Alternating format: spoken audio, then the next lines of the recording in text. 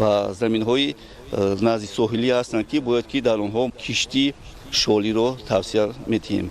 برای همین خوب می‌شود که در آن ناحیه‌هایی که آب زیرزمینشون بلند هستند حتما کشتی شالی رو گذراندن لازم است. این هم برای گرفتن یعنی که محصولات فایده می‌آورد به خواجگیداران و هم برای تازه کردن زمین شور که این یکی از راه‌های بهتر نمودن حالت ملیتیوی زمین‌های به شمار می‌رود. امسال نیز در اساس توصیه متخصصان ساحت در همه شکل‌های خواجگیداری کشاورزان با کشتی شالی مشغولند. تا امروز میدان کشتی شالی در تاجیکستان 6736 گکتار را در بر می‌گیرد. این هم البته با حساب در خواجگی‌های دهقانی و جمعوی. برای پرورش این طرز شالی مهلت کم لازم است که در حاصل دوم بعد از کشتی زراعت‌های اساسی نسبتاً مهلت پرورش آنها کم می شود و در شرایط تغییریابی اقلیم که بعضی وقت هوا گرم می شود، بعضی وقت خنک می شود، هوا نامساعد شده، حالات کم می شود و خطر تلفات زراعت کمتر می شود. این زمان وزارت کشاورزی برای تحقیق گذراندن این اصول دو قطعه نمایشی در ناحیه عبدالرحمن جامی و دو قطعه نمایشی دیگر در شهر پنجکنت بنیاد کرده است و پس از نشان دادن حاصلناکی و به مقصدها رسیدن ما نیت داریم که در تمام جمهوری این اصول پهن کرده شود که باعث فایده زیادی دهقانان می‌گردد. طور تاکید شد اکادمی علم‌های کشاورزی تاجیکستان توصیه می‌دهد که در کشتی تکراری بیشتر غله‌دانگی و لوبیاگی‌ها به مانند لوبیا، ماش، نخود چینی، چهارمغز زمینی کشت نمایند. البته کبودی و دیگر نمود زراعت‌ها نیز در کشتی تکراری باعث بلند گردیدن حاصلناکی می‌گردد. بعد شاندن غله در زمینایی که با آب تامین بودگی کشتی شالی، کشتی جگاری، کشتی لوبیا گذرانده میشه. برای که غله چخیلی 35-40 سنتر اگر غله حاصل بیته از شالی و یا 80 تا 100 سنتر حاصل میگیره کشتی تکراری. هم برای تامین عضوخواری یکی از عامل‌های اساسی حساب میشود. با راه ماندن کشتی تکراری در زمین‌های نزد حولگی نیز باعث می‌گردد که هر یک عائله خود را با زراعت و سبزیجات مورد نیاز تامین نماید. امروز در کشتی تکراری در ناحیه عبدالرحمن جامی و در خواجگی دهقانی با وی مرادعلی کشتی تکراری با اصول نو در همکاری با عالمان ساحه کشتی کوچکی شالی گذرانده شدند که در آینده این میتواند بعد در زراعت‌های اساسی این کارو خصوصا در زمین‌های غله‌دانگی و گندم و جو جوییده شالی را گذرانند. این است که خواجگیداران در شهر و ناحیه‌های مملکت هر قطعه زمین را ثمره‌ناک استفاده برده به آن تلاش می‌نمایند که حاصل بلند محصولات کشاورزی به دست آورده در برابر بهسازی سطح زندگی خود همچنین در غنی گردیدن بازارهای استعمالی سهم گذارند. استفاده با ثمره زمین به آن باعث می‌گردد که در برابر اجرا شدن دستور سپارش‌های رهبریت عالی دولت و حکومت مملکت اینچنین به بالا بردن اقتدار صادراتی نیز زمینه گذاشته می‌شود. در دایره آمادگی‌ها همه‌جانبه به استقبال جشن 30 سالگی استقلالیت دولتی جمهوری تاجیکستان در ولایت سوق بنیاد و نوسازی بیش از 8,500 انشاءات به نقشه گرفته شده است که قسمی از این نقشه‌های بنیادکاری عملی شدند. در شهر ناحیه‌های ولایت با مبلغ‌گذاری از همه سرچشمه‌ها در سمت و ساحه‌های گوناگون کارهای ساختمانی، نوسازی، آبادانی از جمله عامل‌های رشد و ترقیات شهر و دهات، تأسیس جای‌های کاری و بهداشت وضع اجتماعی اهالی می‌گردد. گزارش رازالی رحمان و دلشاد یوسفی. در ولایت سوخت روحی افتخار از استقلالیت دولتی ارجگذاری به این نعمت تاریخی رکن اساسی و ماهیت محوری آمادگی‌های و استقبال سزاوار از جشن بزرگ ملی است. در شهر و ناحیه‌های ولایت سوخت بهر سهمگذاری به استقبال جشن فرخنده اقدام‌های نو و عمل‌های سازنده کرده می‌شوند. این است که شماره انشاءات ساخته شونده و نوسازی تدبیرهای آبادانی بیش از 8,500 را تشکیل داده بیش از 4,000 انشاءات مورد استفاده قرار گرفته در دیگر ساختمان‌ها کارها جریان می‌گیرند. در شهر و ناحیه‌های ولایت تنها در سال 2020 86 انشاءات با مبلغ‌گذاری مقامات اجرایی حاکمیت دولتی ولایت سوخت با فرمایش اداره ساختمان اساسی ولایت ساخته می‌شوند. این بنای و انشاءات معماری ساحه‌های معارف، تندرستی، خواجگی، منزلی و کمونالی، فرهنگ، ورزش و سیاحی بوده و کارهای ساختمانی نزدیک 60 میلیون سومانی روانه کرده می‌شوند.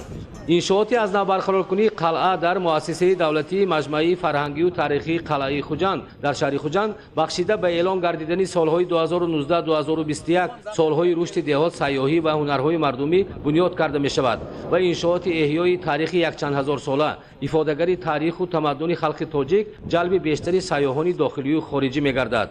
бино ба иттилои лоиҳакашон, алҳол лоиҳаи кории иншоот анҷом меёбад ва ҳудуди иншоот 6 гектарро ташкил дода, дар амсилаи он эҳё намудани деворҳои кӯҳандис, маҳаллаи қадимаи шаҳри Хуҷанд бо ҷойгир намудани хонаҳои ҳунармандон, девори ҷанубӣ бо ҷойгир намудани маъмурият, нуқтаҳои хизматрасонии сайёҳӣ, меҳмонхонаи намуди хостел ва бунёди бинои осорхона нишон дода шудааст. баъд аз шиносоӣ аз рафти корҳои лоиҳакишӣ ва амсилаи иншоот аз тарафи пешвои миллат муҳтарам ҷаноби волӣ, оиди беҳтар намудани лоиҳа, такмил додани лоиҳа, тавсияҳою маслиҳатҳои муфид дода шуд. эҳё намудани таърих, барқарор намудани таърих ва дар баробари он нишон додани анъанаҳои миллӣ, меъмории сохтмонии минтақа ва дар маҷмӯъ меъмории миллии тоҷикона мебошад. ба истиқболи 5500-солагии саразми бостонӣ баҳри эҳёи ёдгории таърихии шаҳрсозӣ, ҳунармандӣ, кишоварзӣ тадбирҳои калонҳаҷм пешбинӣ ва амалӣ мегарданд. дар ҳудуди муассисаи давлатии маҷмӯаи фарҳангию таърихии қалъаи Хуҷанд гурӯҳи рассомон бо сарварии саррассоми театри давлатии мазҳакаю мусиқӣ ба номи Камоли Хуҷандӣ Ғулом Қосимов бо ҷалби устоҳо якҷоя бо ҷамъияти дорои масъулияти маҳдуди шаҳр сохтмони шаҳри Хуҷанд барелеф ангораи дарвозаи саразми бостонӣ сохта мешавад. гурӯҳи рассомони шаҳри Хуҷанд барелефи дарвозаи саразма сохта истодем. ин барелеф шаҳри қадимӣ будани саразмро, кишоварзӣ буданашро ва ҳунармандӣ буданашро инъикос мекунад. мо кӯшиш карда истодем ки дар саразм чӣ гуна расму русум буд инъикос кунем. дар шаҳру ноҳияҳои вилояти Суғд бо коҳиш ёфтани сироятёбӣ ба коронавируси COVID-19 ташкили кору шароитҳо бо риояи тавсияву талаботи гигиении шахсию ҷамъиятии коргарону мутахассисон корҳои сохтмонӣ ба маҷрои мӯътадил ворид мегардад ва дар иншооти соҳаҳои гуногун корҳо ҷараён доранд. мо дар ноҳияҳои Ҷаббор Расулов ва Спитамен аз якчанд иншоот бо корҳои сохтмонӣ шинос шудем. бо иқтидоми соҳибкорзан Гулсунои Абдуллоева ҳамроҳ бо аҳли оила баҳри саҳмгузорӣ ба истиқболи сазовори ҷашни 30-солагии истиқлолияти давлатӣ ба бунёди маркази хизматрасонӣ бо лоиҳаи ҷолиб иқдом намудааст. қисми девору конструксияҳои бино сохта шуда, алҳол дар маркази хизматрасонии соҳибкорӣ бо номи Тоҷикистон корҳои пардозгарӣ ва васлу назми хатту таҷҳизоти инфраструктурӣ ҷараён доранд. дар дигар иншооти соҳибкорӣ дар ноҳияи Ҷаббор Расулов корҳои сохтмонӣ вусъат меёбанд. дар ноҳия то ин давра 270 иншоот ба истифода дода шуда, аз шумораи умумии 400 наздик 300 иншоот мансуби соҳибкорон аст. аз 410 иншооти сохташаванда навсозӣ ва ободонӣ дар ноҳияи Спитамен дар доираи омодагиҳо ба ҷашни бузурги миллии 30-солагии истиқлолияти давлатӣ аксар бо саҳму иқдоми соҳибкорони ватанӣ бунёд карда мешаванд. ҳоло дар шаҳраку деҳоти ноҳия корҳои сохтмонӣ дар қисми иншоот дар марҳилаи анҷомёбӣ буда, дар қисме аз иншоот корҳои асосии сохтмонӣ ҷараён доранд ва дар якчанд бино марҳилаи корҳои пардозгарӣ, муҷаҳҳазгардонӣ ва омода намудани иншоот барои истифода вусъат доранд. дар доираи омодагиҳо ба ҷашни 30-солагии истиқлолияти давлатии ҷумҳурии Тоҷикистон тадбирҳои ободониву бунёдкорӣ дар ноҳияи Шуғнон идома дошта, айни ҳол сохтмони бинои нави шуъбаи агентии меҳнат ва шуғли аҳолии ноҳия дар шаҳраки Ваҳдат вусъат дорад. гузориши ҳамкорони мо.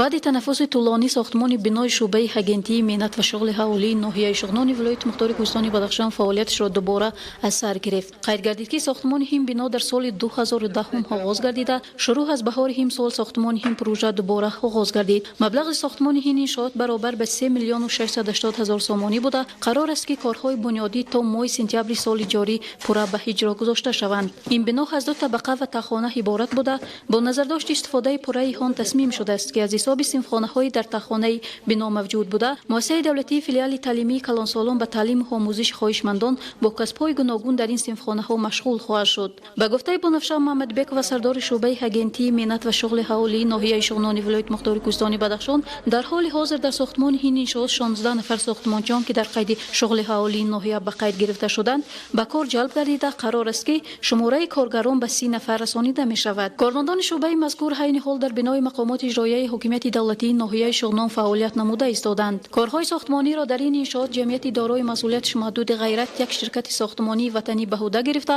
фармоишгари он дирексияи сохтмони вазорати меҳнат ва шуғли ҳаволии ҷумҳурии Тоҷикистон мебошад.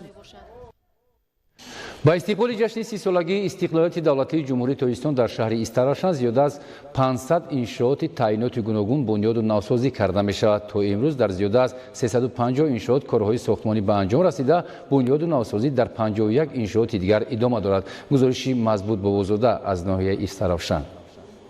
جهت استقبال سزاوار از جشن مکرم و مبارک ملت 30 سالگی استقلالیت دولتی جمهوری تاجیکستان با جلب مبلغ‌های حکومت جمهوری، مقامات اجرایی حاکمیت دولتی ولایت سوق و شهر استراشان، دستگیری صاحبکاران برون مرزهای داخلی، کمک اشرهای دست جمعانه ساکنان خیرخواه و خودآگاه و وطندوست در این باستان شهری زیاد از 2500 سال داشته، بنیاد و نوسازی کلی 500 انشاءات سطح مختلف نقشه‌بندی کرده شده است. تاکنون طفل جهد و تلاش و زحمت ساختدلانه ساختمانچیان گلدست با استفاده از طرز اسلوب‌های معماری نیاگان و معاصر آسیایی و اروپایی زیاد از 350 انشاءات با سطح بلند و جوابگوی طلبات معماری شهرسازی، بنیاد و نوسازی و مورد استفاده قرار گرفته.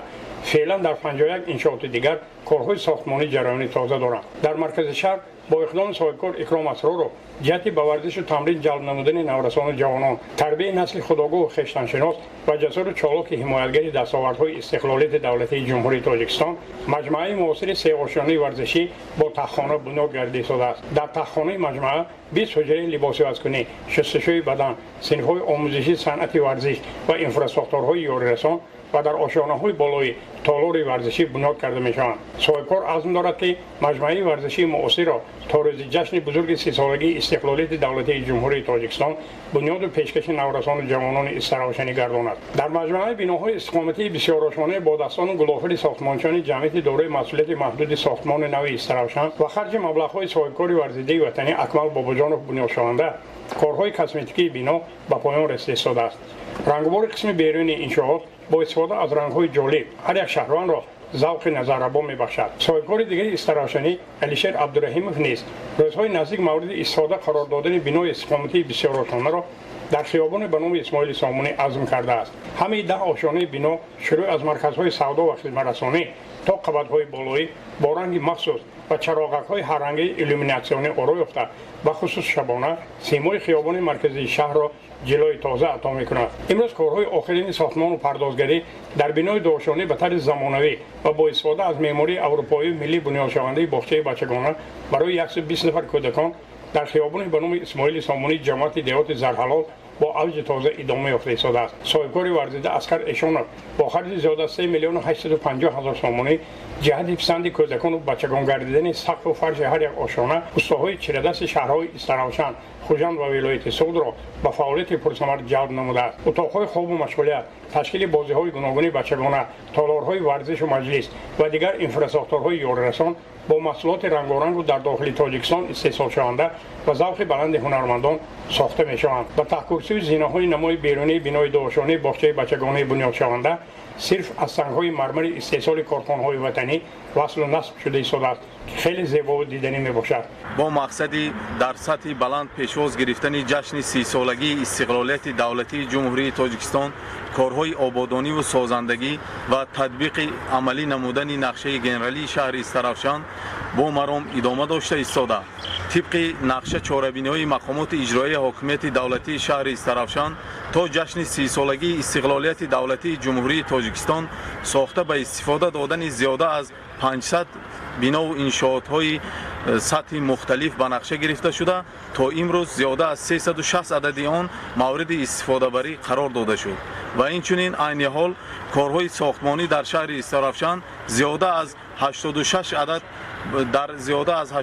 عدد با مرام ادامه داشته تا جشن 30 سالگی استقلالیت دولتی جمهوری تاجیکستان بنا و انشاءات‌های به نقشه گرفته شده با پررگی به استفاده سپرده می شود و اینچنین باز 20 عدد بنا و انشاءات‌های علاوه‌ای مورد استفاده بری قرار داده می شود. طبق قرار حکومت جمهوری تاجیکستان در دوره رشد بی‌سابقه بنیاد و نوسازی کلی انشاءات به استقبال جشن فرخنده فرزانه 30 سالگی استقلالیت دولتی مملکت در مرکزهای مأموری شهر و نواحی جمهوری تاجیکستان باید بناهای نکم از 50 شانه بنیاد کرده شوند.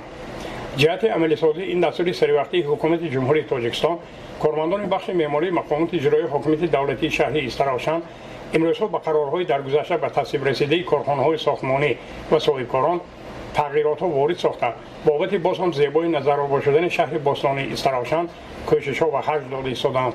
Мазбут Бобозода аз шаҳри Истаравшан барои барномаи ахбор.